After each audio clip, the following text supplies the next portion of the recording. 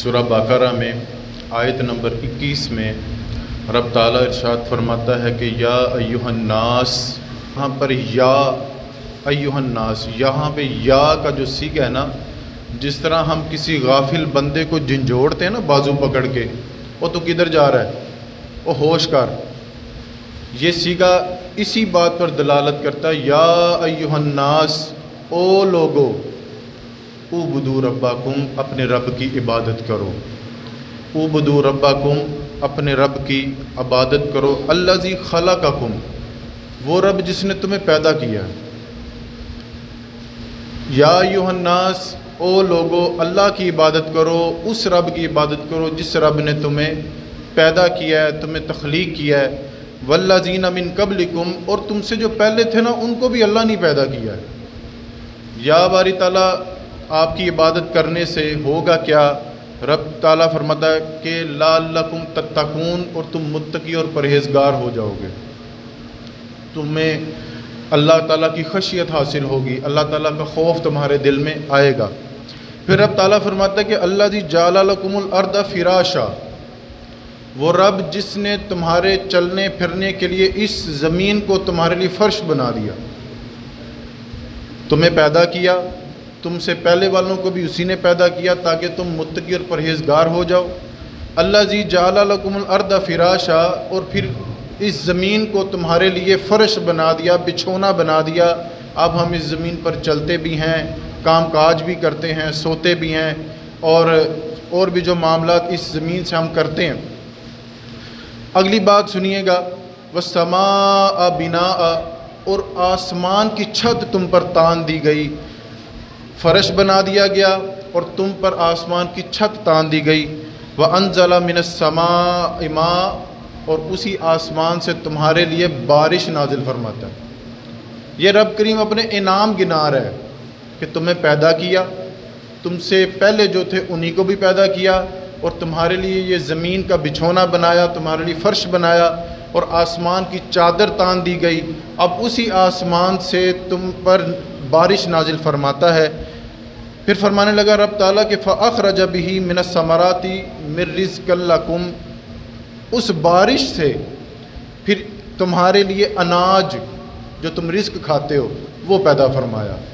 اب بارش بھی آ گئی، کھانے کے لیے انتظام بھی کر دیا، یہ سارے انعامات گنوانے کے بعد اب رب تعالیٰ فرماتا ہے کہ فَلَا تَجْعَلُوا لِلَّهِ أَندَادًا، بس اپنے رب کے ساتھ کسی کو شریک نہ کرنا، اپنے رب کے ساتھ کسی کو شریک نہ کرنا۔ وَأَنْتُمْ تَعْلَمُونَ، اور تم یہ جانتے ہو، اور تم یہ جانتے ہو، یعنی رب تعالیٰ کو پتہ ہے کہ یہ لوگ جانتے ہیں کہ وحدہ لا شریک اللہ کی ذات ہی ہے۔ دوبارہ میں اس کا مفہوم بیان کر دیتا ہوں، یا ایھا الناس، او لوگو، عبادت کرو اپنے رب کی، اس رب کی جس نے تمہیں پیدا کیا، جو تم سے پہلے آئے انہی کو پیدا کیا، اور تمہارے لیے اس زمین کو بچھونا بنا دیا تاکہ تم اس پر چل پھر سکو، اور آسمان کو تمہارے لیے چادر بنا دیا، اسی آسمان سے پھر بارش نازل کی تاکہ طرح طرح کے ثمرات، پھل پھول اگیں، اور تمہارے رزق کے لیے اس نے انتظام کیا۔ بس تم نے اتنا سا کام کرنا ہے کہ فَلَا تَجْعَلُوا لِلَّهِ أَندَادًا، اللہ کے ساتھ تم نے شریک کسی کو نہیں کرنا، اللہ کے ساتھ تم نے شریک کسی کو نہیں کرنا۔ یہاں پہ خالص عبادت کا حکم دیا گیا، وَأَنْتُمْ تَعْلَمُونَ، اور تم یہ جانتے ہو۔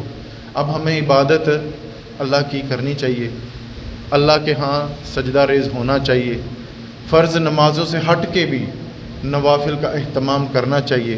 یہ ہمیں پتہ ہے کہ اللہ ہی ہمیں کھلاتا پلاتا ہے، اور میں کہتا ہوں یار انسان پر کوئی احسان کر دے، کسی کو قرضہ دے دے، تو وہ بندہ تو ساری نہیں اٹھاتا اس کے سامنے، وہ تو اتنا احسان مند ہو جاتا ہے، صرف ایک اس نے قرضہ دیا ہے، لیکن وہ رب جس نے تمہیں ساری نعمتوں سے نواز دیا، بندہ جتنی مرضی آنکھیں بند کر کے زندگی گزار لے، جتنی مرضی آنکھیں بند کر کے غفلت کی زندگی گزار لے، اپنے دنیا داری میں کھبا رہے، اپنے پیسوں کے کمانے میں کھبا رہے، لیکن یہ اسے پتہ ہے کہ میرا رب بھی مجھے کھلاتا پلاتا ہے، لیکن حق اس کا ہم ادا کریں گے۔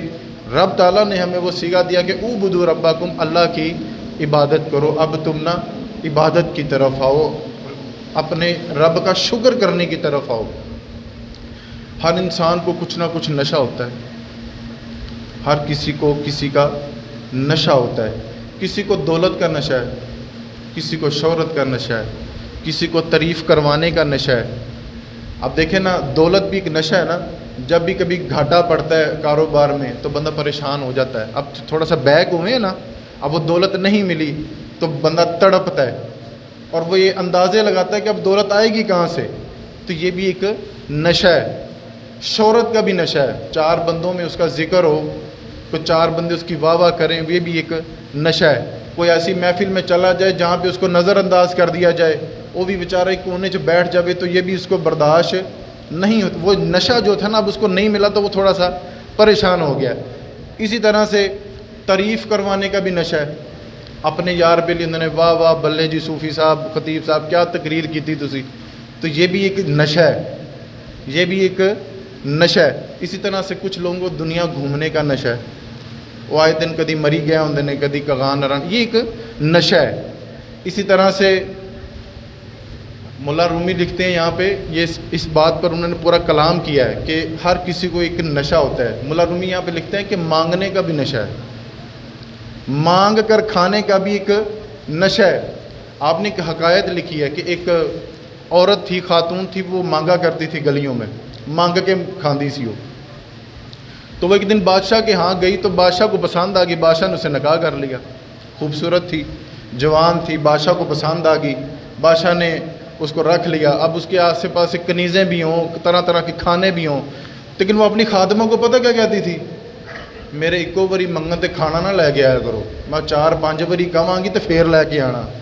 یعنی کہ مانگ کر کھانے کا بھی نشہ ہے. اب چونکہ وہ ملکہ تھی لیکن وہ مانگ کر کھانے کا نشہ تھا. لوگ خادمہ سے کہنے لگی کہ ایکو باری نہ کھانا لایا کرو، جدوں میں 5-6 باری کہاں نا ادوں لے کے آیا کرو، تھوڑی منتاں ترلے میرے کو کرایا کرو. تو یہ مانگ کر کھانے کا بھی نشہ ہے. ہمارے بزرگ فرماتے ہیں تمہیں سارے نشوں سے خلاصی مل سکتی ہے، بس ایک سجدے کا نشہ ڈال لو. تعریف کا نشہ بھی اتر جائے گا، بس ایک سجدے کا نشہ ڈال لو. دولت کا نشہ بھی اتر جائے گا، بس ایک سجدے کا نشہ ڈال لو. اللہ کے ہاں جھک جاؤ، اللہ کے ہاں آ جاؤ. ساری حاجتیں، ساری جو پریشانیاں، باتیں، دکھ تکلیفیں رب کے ہاں سجدہ ریز ہو کے 2 آنسو بہا کے بیان کر دو. تمہیں سارے جو نشے ہیں نا، اس سے سب کی نشوں سے جان چھوٹ جائے گی. ہمارے بزرگ فرماتے ہیں کہ خطیب صاحب ہوں اور 2.5 گھنٹے انہوں نے میک اپ بھی کروایا ہو اور پھر وہ 2.5 گھنٹے بیٹھے رہے ہوں، کیمرے بھی لگے تھے، 2.5 گھنٹے وہ اپنی تعریفوں میں. اب وہ نقیب محفل نے بھی نا وہ لفظ رٹے ہوئے ہیں، محقق کے دوران، شیرِ لساں، اس طرح کے وہ ڈھونڈنے جائیں تو وہ صفات بعض دفعہ وہ خطیب صاحب میں ملتی بھی نہیں ہیں. ایسے ایسے انہوں نے لفظ رٹے ہوئے ہیں. تو وہ اپنی تعریف کا ایک نشہ تھا ان کو، تو بیٹھے رہے 2.5 گھنٹے وہ وہاں پہ بیٹھے رہے. ہمارے نعت خواں حضرات بیٹھے رہے، اپنی تعریفوں کے پل بنواتے رہے. لیکن جب نماز کا وقت آیا تو بڑی مختصر سی نماز، چھوٹے چھوٹے سجدے، چھوٹے چھوٹے رکوع کر کے بس فٹافٹ پھر وہ محفل میں آ گئے.